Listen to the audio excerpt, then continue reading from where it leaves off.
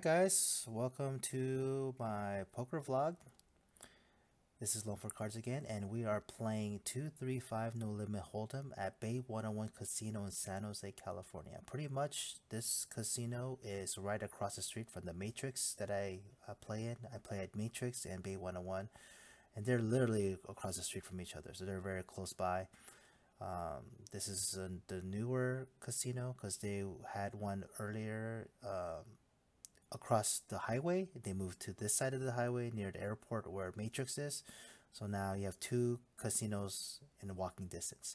So we're playing 235, $2 on the button, $3 on the small blind, $5 on the big blind.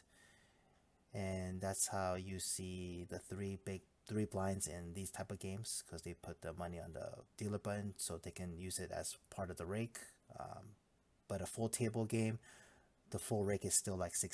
So anyways, we are dealt 10 of hearts, 8 of clubs under the gun, and I was on the straddle because we've been playing 2, 3, 5, 10 most of the time in this game. So the under the gun +1, he limps for $10 and folds all the way to the button. The button calls 10, small blind folds, and big blind calls. We get a flop of 8, 8, 4 with 2 spades,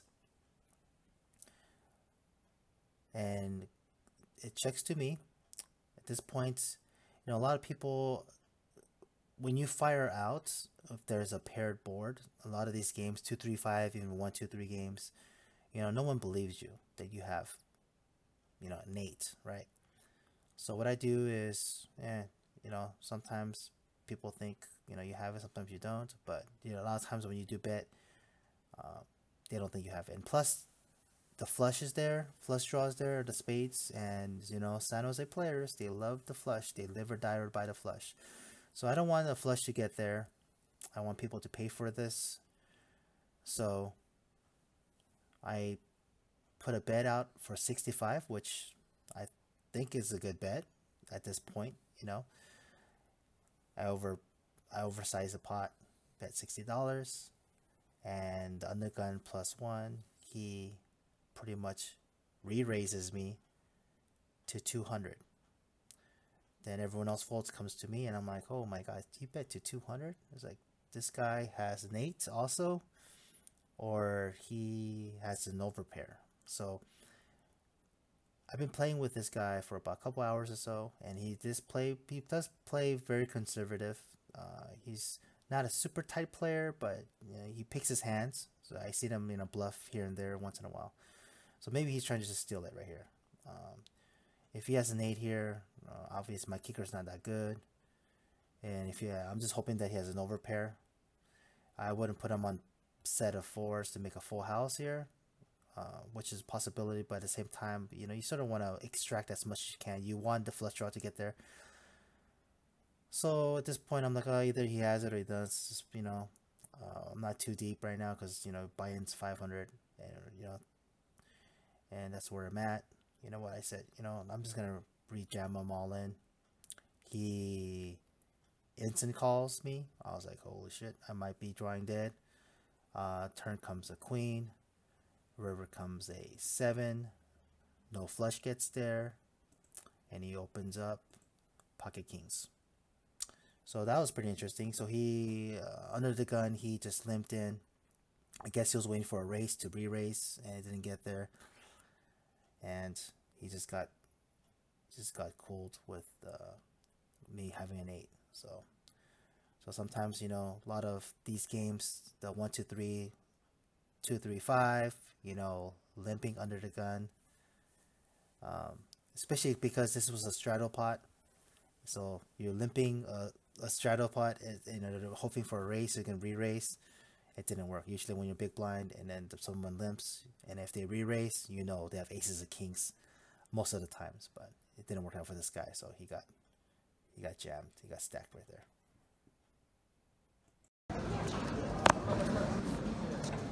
Chip.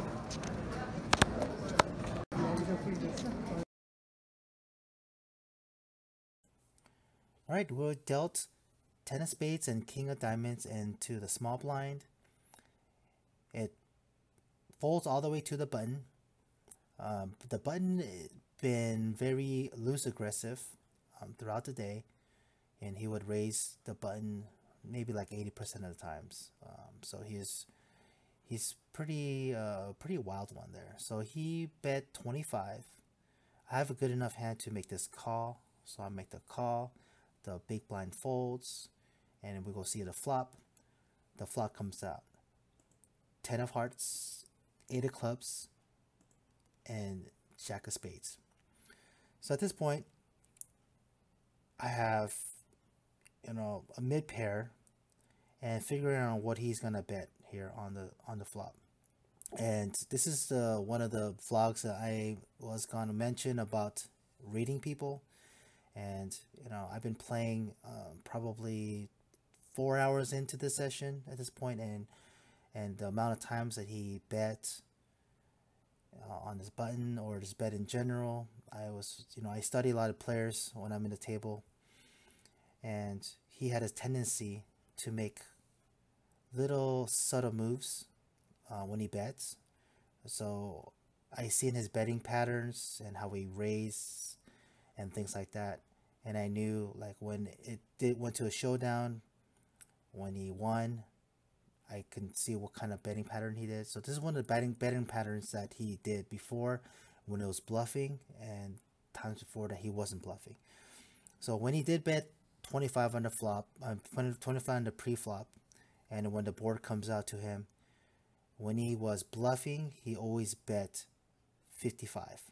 So I don't know, just some weird number that he would bet 55 every time he was bluffing. It seemed like when he was bluffing. When he had something good, he would bet 45.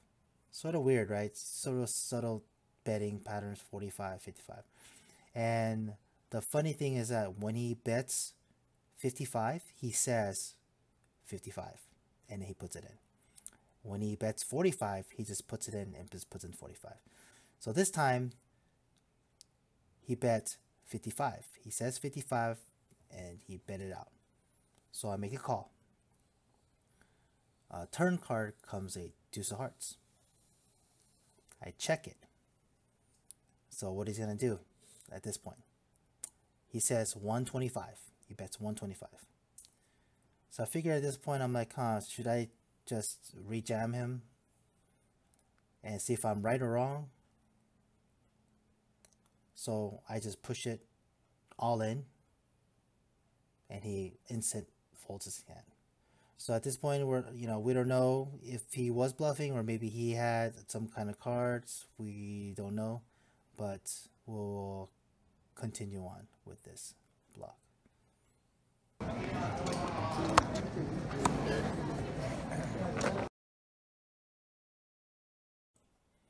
All right, so this hand here, I got dealt with 5 of spades, 10 of clubs into the big blind. And there's a straddle for $10, so it's 2, 3, 5, 10 right now. The under the gun has 10.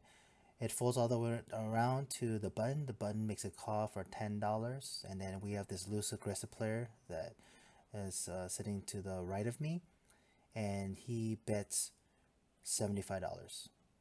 Okay, so this is one of those things that I was mentioning before in the previous hand, that when he bet out, he would say 75. Now, you're thinking to yourself, yeah, a lot of players do say the bet, and sometimes some people don't say it, yada yada yada. And we don't expect pro players to have this tell or anything like that. We're not talking about pro players here. We're playing a 2, 3, 5 games, and there's a lot of wrecks, and there's all this hobby players or just gamblers in general. But like I said, we're 4 or 5 hours deep in the session, and the pattern is there. The pattern is there, and I was gonna test his pattern out because I like to see if I got a tell from this person. So he did say 75, and it's more of a stealing the blinds, right? Stealing the $10 straddles. Usually they do that all the time. So it's 75. My hand is not great, and am I really gonna risk $70 to make this call? Yeah, I'm a donk, so I'm gonna make this call for $70 more. The under the gun folds, dealer button folds, so it's heads up again. So the flop comes out, Ace King 9, and he fires out 145. So he says 145 and he puts it in. At this point, I have nothing. I'm pretty much drawing dead here. I'm just gonna make the call. The turn card comes a deuce of clubs. So he bets out 205. He says 205 and puts it in. I say 205. So it makes no sense. At this point, I have 500 behind, and he has like $300 more behind him. So I just push all in. Then he thinks about it for a second. So I'm like, oh shoot, maybe he wasn't bluffing. So what are you gonna do? So he thinks about it for a long time, and then he just says, well, let's gamble. And I'm like, oh shit. I was like, okay, I think I'm gonna be dead. So the river comes out of 5. I show my hand. I mean, I was waiting for him to show up, but since he called me, he was like, show me, and I flip over. I'm like embarrassed to turn 5-10, and he looks at me and he was like in disgust, and he just mucks his hand. So I don't know what he had. So obviously he didn't have a pair. So I take out a huge pot there, and I guess I was right at that point, and maybe I got lucky. Maybe he had a queen jack, maybe a club draw, or I don't know what he had. So at that point, I bust him out, I stack him, and he leaves the table. So that was that hand. So that's the read that I got. It paid off. I guess it paid off, but it was a risky one. But I got lucky on the river.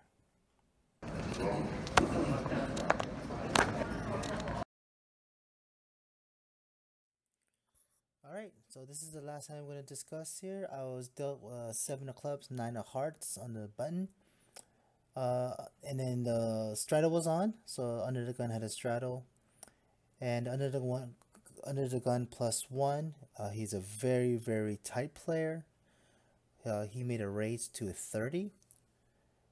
Everyone folds to me.